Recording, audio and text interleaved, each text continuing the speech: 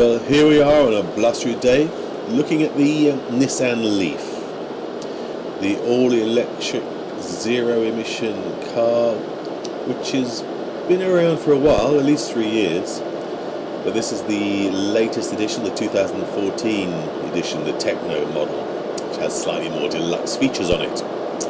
As you can see, it's an interestingly shaped vehicle. If we look at the interior, it's a comfortable 4-seater, or 5-seater really, with plenty of space, despite being only about a foot longer than the Renault Zoe we reviewed recently. This looks like it has significantly more legroom available to it in the back. A high-tech dashboard, as you'd expect from these electric cars. Fly-by-wire drive mechanisms and satellite navigation and all these kind of things. This model is particularly well featured with some very nice touches. It's a full hatchback. As you can see, there's with a decent amount of space in the back. These two bags hold the charging cables. This is actually an optional extra one. The standard one is just the one you plug into the charger units you find in garages and various places. There's no extra space under here. In this part is right down here is the tyre repair kit, and that unit at the back there is the Bose, I assume it's a woofer, and it's part of the deluxe pack when you pay the extra money for this Techno version. These new electric cars don't have any compromises, that you're able to do all the kind of practical things you'd want to do, like carrying luggage around and shopping and your trips to your local DIY store and stuff like that. It's a great vote of confidence in the technology, I think, by the manufacturers. If we pop the hood under there, so under the front here, it's quite a nice looking motor compartment really. It's quite roomy. As you can see, it's quite a neat looking unit in the front here, with quite a lot of space around the actual motor area. The little electric motor looks almost cute sitting in this compartment. 12-volt battery. This is not the main battery, of course, which sits in the rear and under the seat. This is your user serviceable bits. Again, your brake fluid and your coolant and your windscreen washer fluids. To get the charger going, you release the charge plug, and there you go. 2 charge options, fast charge socket there and a more sedate option there. So it's very versatile in that respect.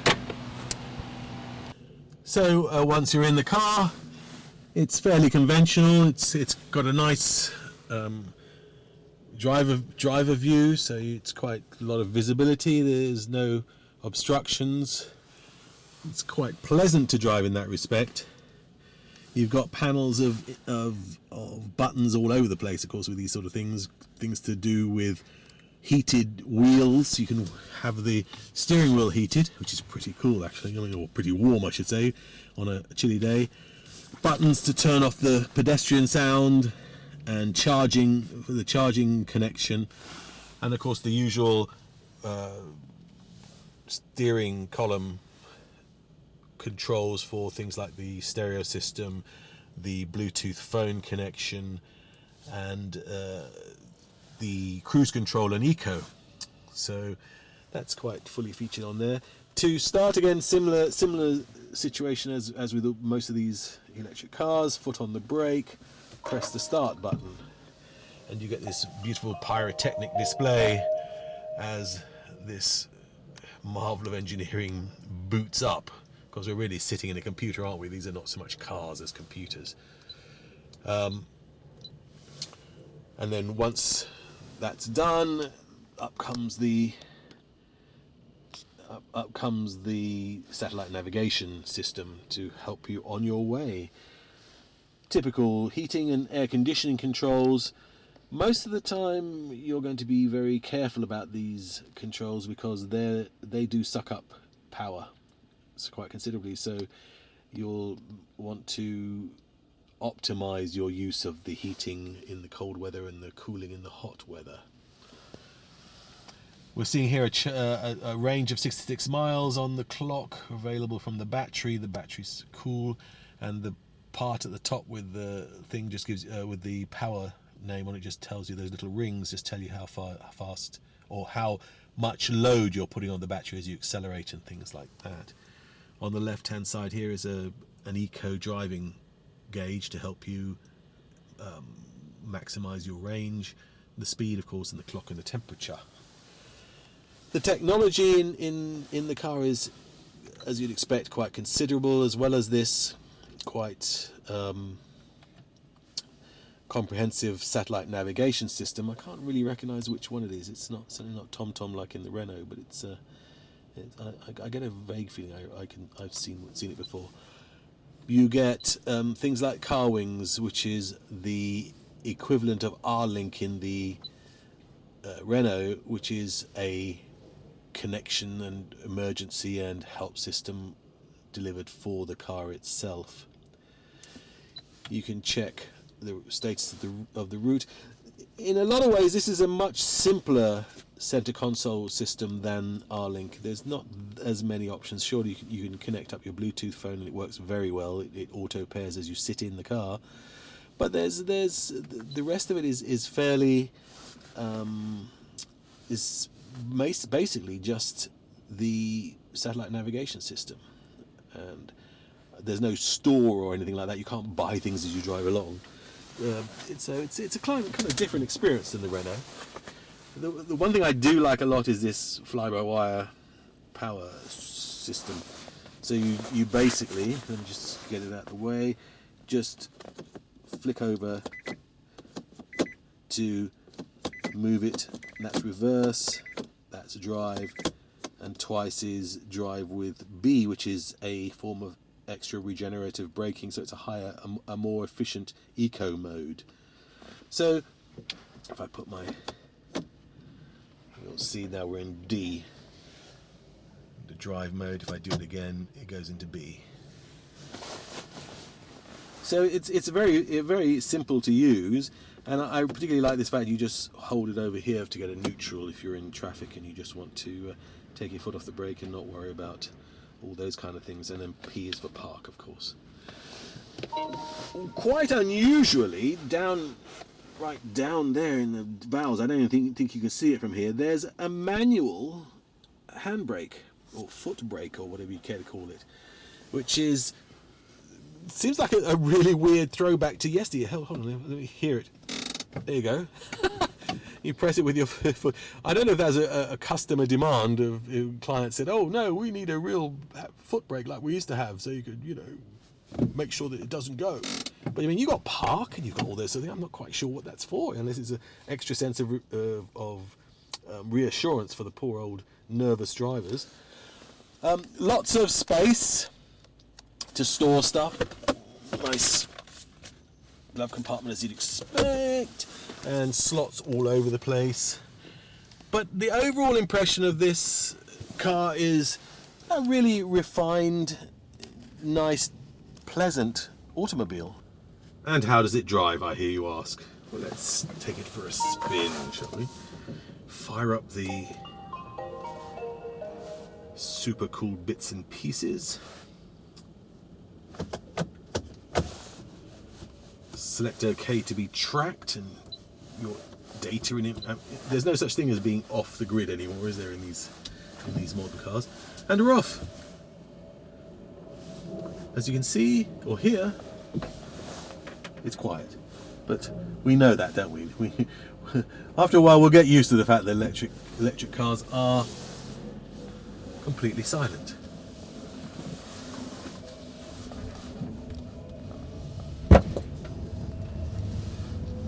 That noise you heard was the bag with the charging cable falling over. Nothing serious.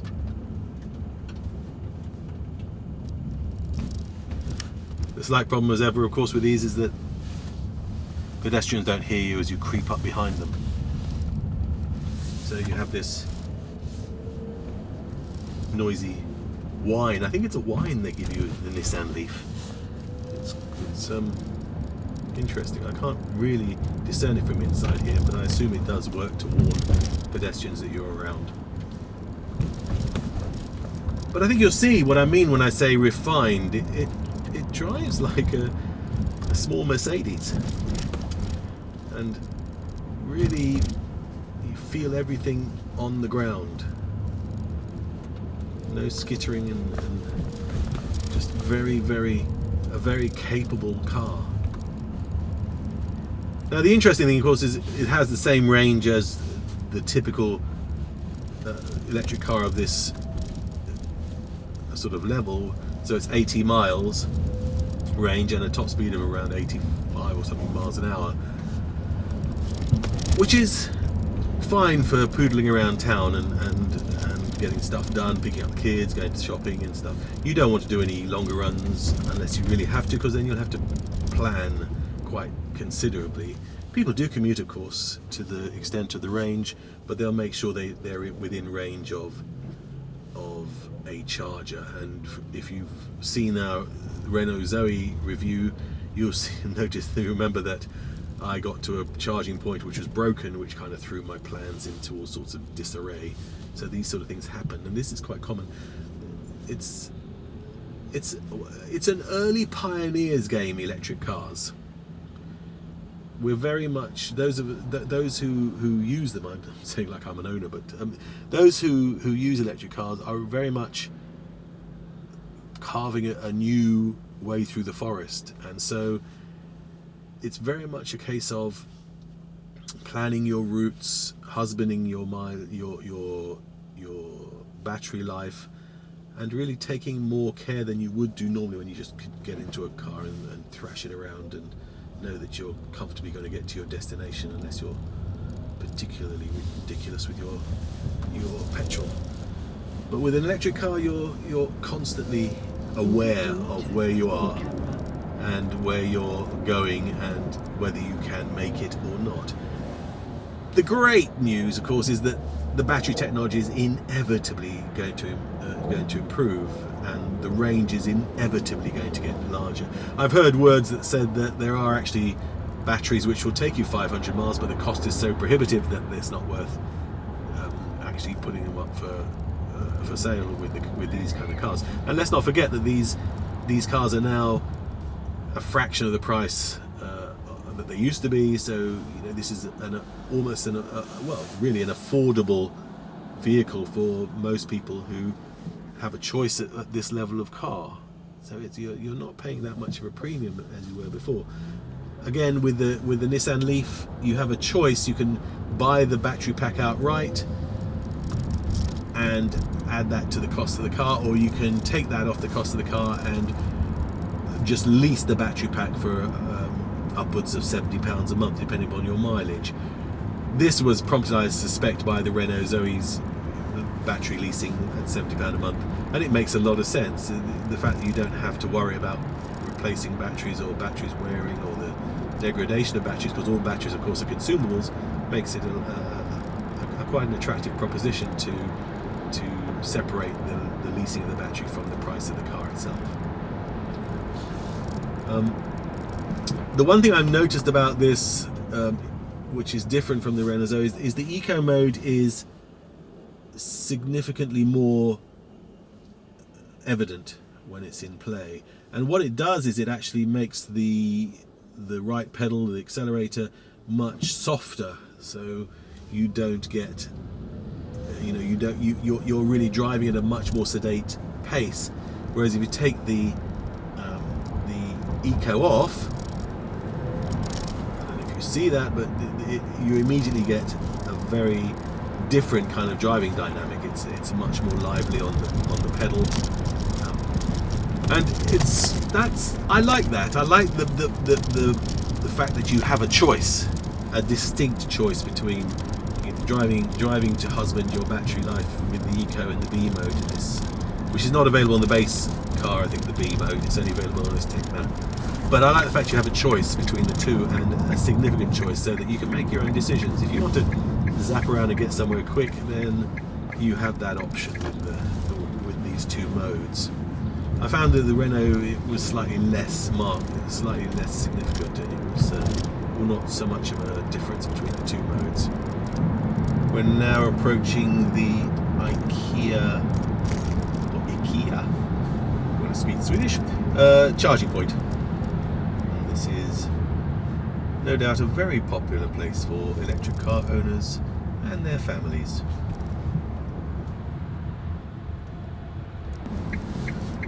I've got to say, one thing I really do like is these heated steering wheel and the heated seat. Very nice. Toasty, you might say. Now, one of the things that most EV owners complain about is that when you come to charging points, you find a lot of non-electric cars taking up the space. So we'll just have to see whether that's a factor here. So the key to charging is to work out exactly what kind of plug you're using in which situation, because you've got options on the Nissan Leaf, and then do everything in the right sort of process. In other words, swipe your card first, then plug it in and wait for it to accept your charging orders.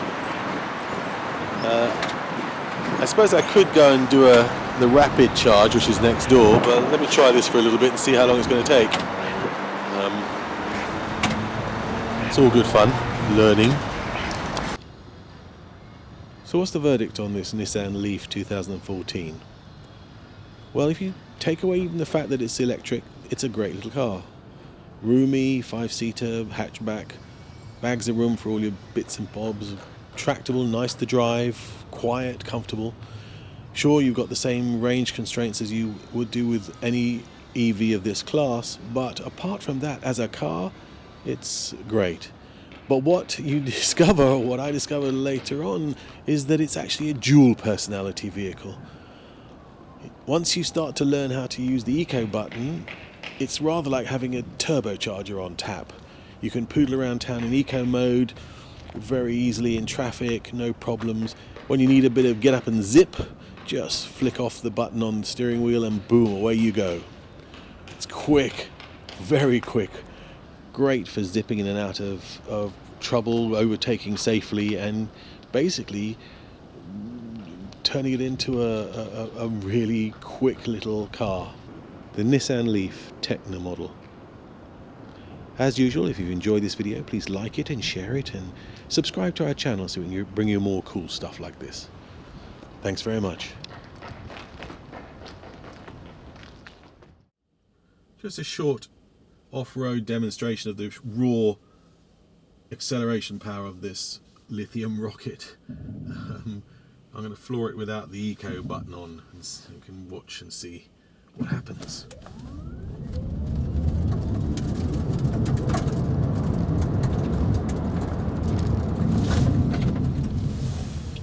There you go.